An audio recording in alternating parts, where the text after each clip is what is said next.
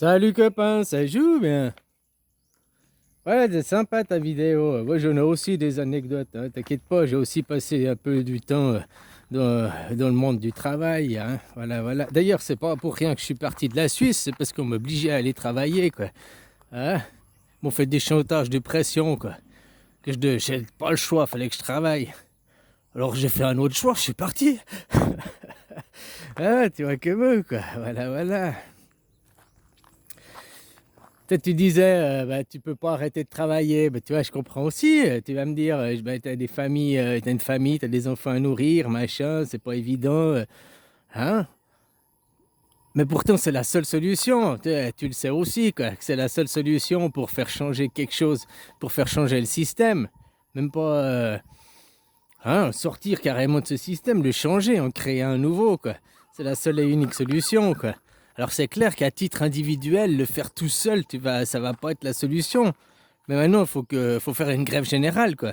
Je te dis, si les gilets jaunes, depuis qu'ils font leur mouvement, ils l'ont fait déjà le samedi, un jour de congé, ils prennent sur leur congé pour manifester, ils auraient fait ça les mardis ou jeudi ou mercredi, un jour de semaine.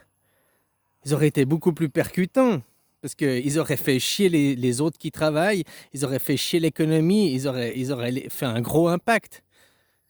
Ah, mais bon, il fallait travailler la semaine pour aller manifester le week-end, quoi. Hein? Puis pas emmerder ceux qui veulent travailler, quoi. Tu comprends, quoi? Puis si au lieu de faire tous les samedis, tu prends tous les jours accumulés, là, tous les samedis sur, je sais plus combien de temps on fait, 3 ans, quoi. Hein? Alors ça fait 150 jours. S'ils avaient fait 150 jours d'affilée, qui correspond à presque 4 mois, quoi. S'ils avaient passé 4 mois tous les jours dans la rue à manifester, quoi. Ça aurait été aussi beaucoup plus percutant. Tu comprends, quoi? C'est là aussi la solution maintenant pour changer le système, pour être écouté, pour aller de l'avant. Eh ben, faut faire la grève générale, faut arrêter de donner l'argent à ces gens. Puis faut arrêter aussi de regarder son petit soi. Ben moi, j'ai pas le choix. Oui, je comprends bien ces discours. J'ai pas le choix. J'ai une famille à nourrir et tout. Mais avec ce genre de discours, et si chacun est dans son ego, pense pas altruiste au tout, eh ben dans 100 ans, on sera toujours dire oh, j'ai pas le choix, c'est comme ça. Il y aura jamais rien qui aura changé, quoi. Et puis les choses, elles vont se faire. Hein? Après, tu auras une puce RFID ou je sais pas quoi, un machin, ça va toujours aller de pire en pire. Parce qu'on les laisse faire en disant j'ai pas le choix, c'est comme ça. Manifester, ça sert à rien. Faut agir. L'argent, le nerf de la guerre. Alors toi que continuez à travailler, le temps c'est de l'argent, tu donnes ton temps au travail, donc à continuer à enrichir les riches, à continuer qui font l'optimisation fiscale, hein? Continuer que ton gouvernement il a toujours des rentrées d'argent par les impôts, par ci, par ça, hein? Donc le système il continue. Il est là la solution. Il faut que maintenant il y ait une prise de conscience générale et faire une grève générale.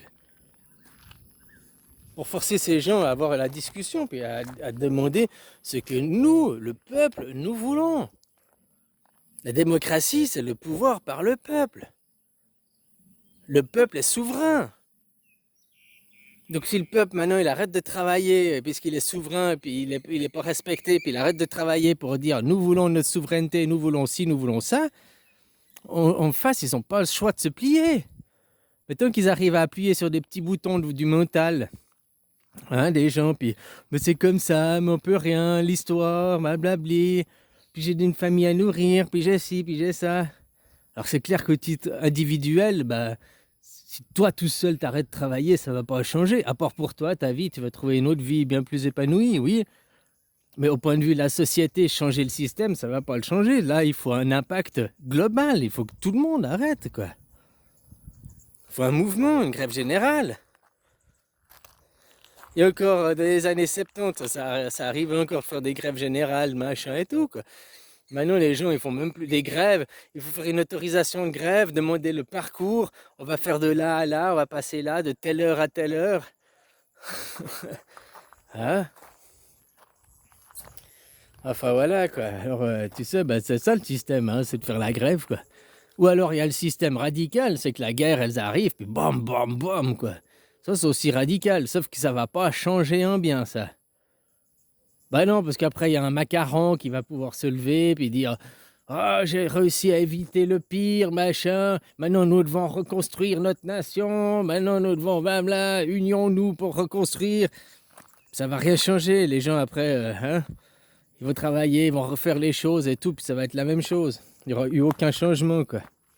Juste une petite illusion de plus, quoi. Une mascarade. Voilà, voilà, quoi.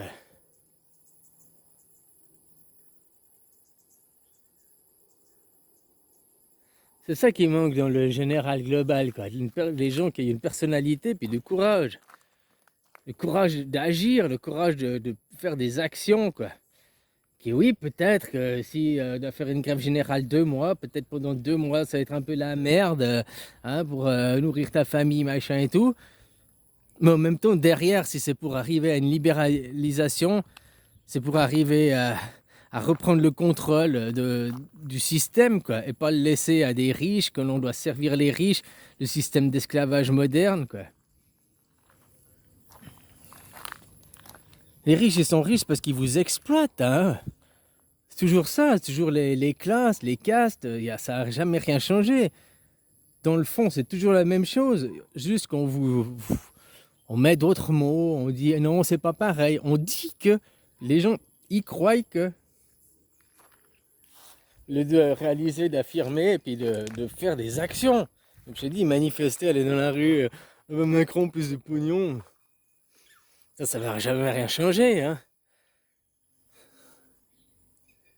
T'as dit que s'ils avaient été, non pas à Macron plus de pognon, mais hein, ouais, tu peux dire Macron dégage, mais pas que mettre un autre à sa place. C'est le président, tu dégages. On n'a pas besoin de président, c'est le système qui a changé, quoi. Puis vous, le système français qui est encore pire, parce qu'après, il faut faire des ministres qui font des sous-ministres, des sous-sous-ministres. Puis chez chaque fois, ils engagent le copain, le fils de, le machin, tout dans du copinage, quoi. Hein, pour pomper du fric, quoi. Puis il n'y a rien qui se passe, quoi, parce qu'aucun n'a une paire de couilles pour agir, faire quelque chose. Ils se disent tous, oh ben moi je veux juste faire mon petit mandat, juste faire mon temps comme ça. Hein? Puis après, bah, je laisserai l'autre, le suivant, faire quelque chose, quoi. Je veux pas, hein? La même chose que c'est là dans tes politiques, les représentants, c'est la même chose que dans le peuple, quoi. Oh, je peux rien faire, c'est comme ça. Oh, en attendant, un jour un sauveur viendra. Alors eux, c'est pas un jour un sauveur viendra, ils disent oh, je vais juste faire mon temps, juste passer comme ça entre les gouttes, là. Je vais faire traîner en longueur, hein, faut continuer à mettre des piles sur le dossier, enfin des dossiers sur la pile, des dossiers sur la pile. Puis dès que j'ai fini mon mandat, c'est pas grave, le suivant, il s'en occupera. Ah, voilà, voilà, quoi. Alors voilà où elle est la solution, hein. Comme je t'ai dit, le temps, c'est de l'argent. Et l'argent, donc, c'est du temps. C'est pas bien, mauvais, machin et tout. C'est juste que maintenant, c'est qui dirige le fonds, l'argent, qui décide la valeur du temps, qui est différente entre chaque pays. Puis après, même dans le pays que tu as le même argent, elle est différente suivant les corps de métier. On estime qu'un médecin, il doit être mieux payé parce qu'il a fait des études. Tu sais, il y a 100 ans en arrière, juste comme ça, les médecins, ils n'étaient pas des bons salaires, ils vivaient pas bien. Parce qu'un bon médecin, il avait peu de clients, quoi. C'est-à-dire que maintenant, tu juges un médecin, plus il a des clients, plus son cabinet est plein, plus c'est un meilleur. Mais non, ça veut dire qu'il travaille mal, en réalité. Enfin, il travaille mal. Justement, il veut des clients, il veut pas des patients, les soigner, puis bah, on se reverra peut-être dans 3 ans, dans 4 ans, parce que normalement, d'ici là, j'aurais pas besoin de vous revoir, vous allez être soignés, quoi. Avant, les médecins, c'était comme ça, ils avaient peu de clientèle, hein, parce qu'il y avait peu. Ce serait pas si tu te rappelles le film, là, le docteur. Mince, j'ai oublié le titre, quoi. Hein, où ça s'est passé après-guerre, avant-guerre, là. Ouais, vous avez commencé à changer, que ce soit plus des patients, mais que ça devienne des clients, puis créer la maladie, créer le mal chez. Au lieu de lui dire oh, vous allez bien, non, nickel, il n'y a pas de problème, prenez un peu des vitamines, machin, c'est bon là. Pff. Maintenant c'est ouh là là, Si j'appuie là, ça vous fait mal? Oui. Ouh, alors c'est peut-être éventuellement ça. Je vous conseille, machin. Ouh, j'ai un traitement assez expérimental, assez cher. On pourrait voir pour. Hein? Voilà, quoi.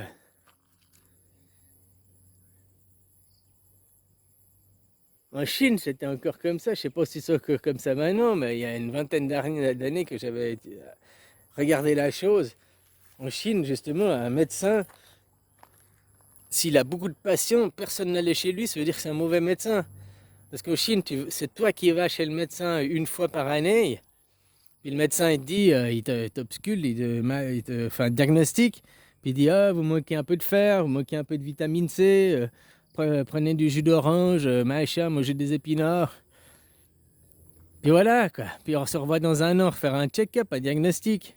Et si tu tombais malade, disons 2 mois ou 6 mois après, tu tombais malade, alors que tu avais suivi le traitement que le médecin t'avait dit, de prendre du fer et de la vitamine C, c'est-à-dire qu'il avait mal posé son diagnostic, c'est le médecin là qui se déplaçait chez toi, la consultation était gratuite parce qu'il avait mal fait son travail. C'est comme si tu crèves, tu vas chez le mécanicien, il te change la roue, ou tu vas changer les pneus parce qu'ils sont usés, hein, tu fais un truc de précaution. Puis rentrant chez toi, bah, tu as la roue qui se taille parce qu'il a mal serré l'écrou, quoi. Hein, bah, le mécanicien, il vient, il te remet la roue, il répare parce que c'est sa faute. Et voilà, quoi. Donc un médecin qui faisait mal son boulot, bah, il n'était jamais au cabinet, il était toujours en déplacement parce qu'il posait des mauvais diagnostics. C'est-à-dire que maintenant, c'est le pire, c'est... Écoutez, vous prenez le traitement, puis vous revenez me voir dans 10 jours si tout va bien, hein. Vous venez me voir dans 10 jours pour me dire que tout va bien, puis je vous ferai payer 8 euros, quoi. Non, ça c'est ridicule. Tu prends le traitement, si dans 10 jours après ça va bien, pourquoi tu devrais aller dire au médecin, ouais, bonjour, ça va bien, hein? Tenez, 8 euros. Non, si le traitement marche pas, déjà, t'attends pas 10 jours, et puis tu retournes pour dire votre traitement, il a pas l'air de fonctionner, quoi. C'est après une semaine déjà que tu vois pas d'amélioration ou ça s'aggrave, le traitement c'est qu'il est pas bon, quoi. Hein? Mais si t'es guéri après 10 jours, tu vas pas lui dire merci, je suis guéri, quoi. Voilà, quoi.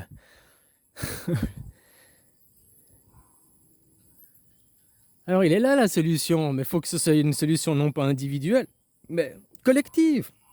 Il faut que le collectif, il faut que tout le monde se mette à arrêter de bosser, à taper du poing sur la table.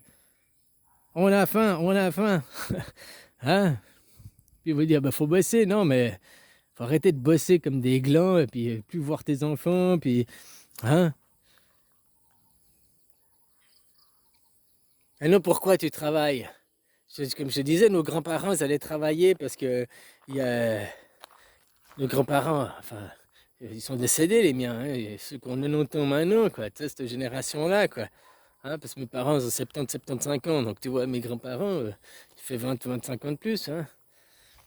Donc ces gens qui commencent à décéder maintenant, qui ont 90 ans maintenant, bah, eux, quand ils étaient jeunes, ils allaient travailler, ils étaient bien payés, dans la dignité, ils avaient un salaire pour faire vivre une famille, ils arrivaient à acheter une voiture, ils arrivaient à acheter une maison, hein, et un petit lopin de terre, machin, ils arrivaient à partir en vacances chaque année, puis ils arrivaient à payer les habits et tout, ça n'avait pas besoin de la carte de crédit, quoi. Hein? Et que maintenant, comme je te disais, les deux parents, ils doivent travailler, et puis ça, ils n'arrivent pas à tourner. Tu reçois le salaire le 25, le 30, tu es déjà dans la merde, tu utilises déjà la visa, puis... Hein? Voilà, voilà, quoi. Ils allaient travailler parce qu'ils avaient de la joie.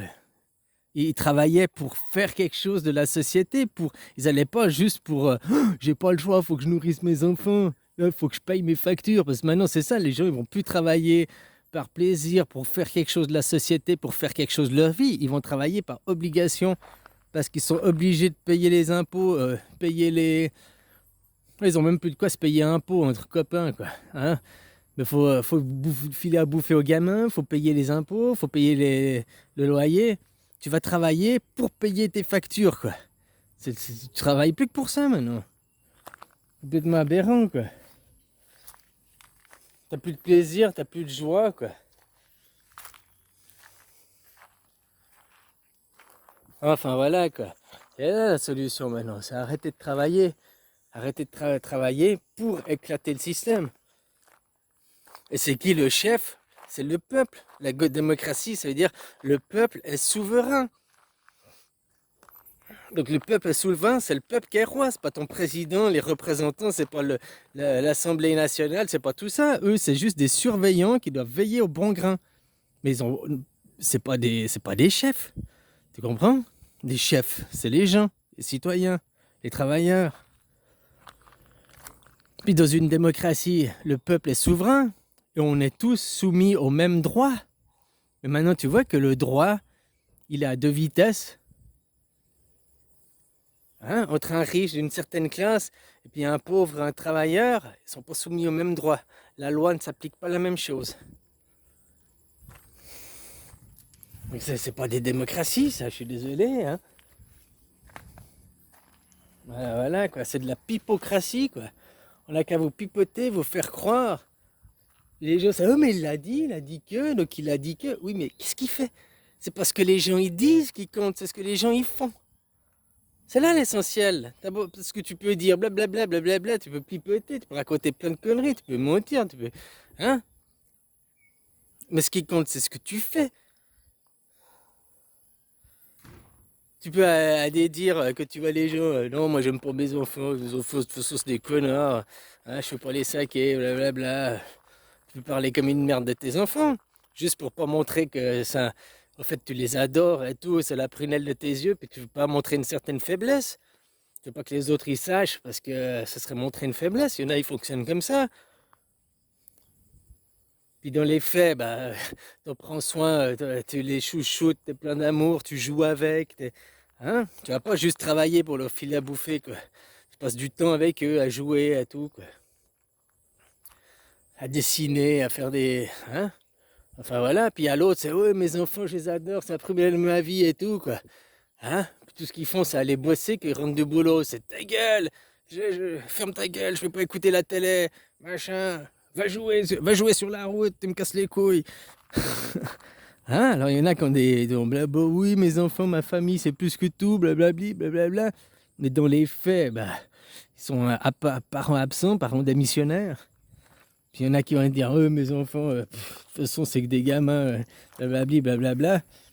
Bah, ils sont très très présents, très aimants, quoi. Tu vois, ce qui compte, c'est pas les paroles, c'est les faits, c'est ce que tu fais. Oui, j'aime mes enfants et tout, mais tous les jours je leur gueule dessus. Tous les jours je leur dis ta gueule, il faut que je regarde mon film, vous faites pas de bruit, ça tu fais pas, ça tu fais pas. Puis après tu dis que tu les aimes, mais les faits démontrent l'inverse. Hein, voilà quoi. Bon allez, bisous copain. Puis l'action, une grève générale, c'est ça qui... Si les gilets jaunes, ils avaient passé 150 jours d'affilée dans la rue à manifester, il y aurait eu un réel changement. Mais on va prendre sur l'autre congé, on va aller le samedi pour pas emmerder trop ceux qui bossent, pour pas emmerder la société. Hein, je travaille la semaine, mais je manifeste le week-end, quoi. Allez, bisous, copain.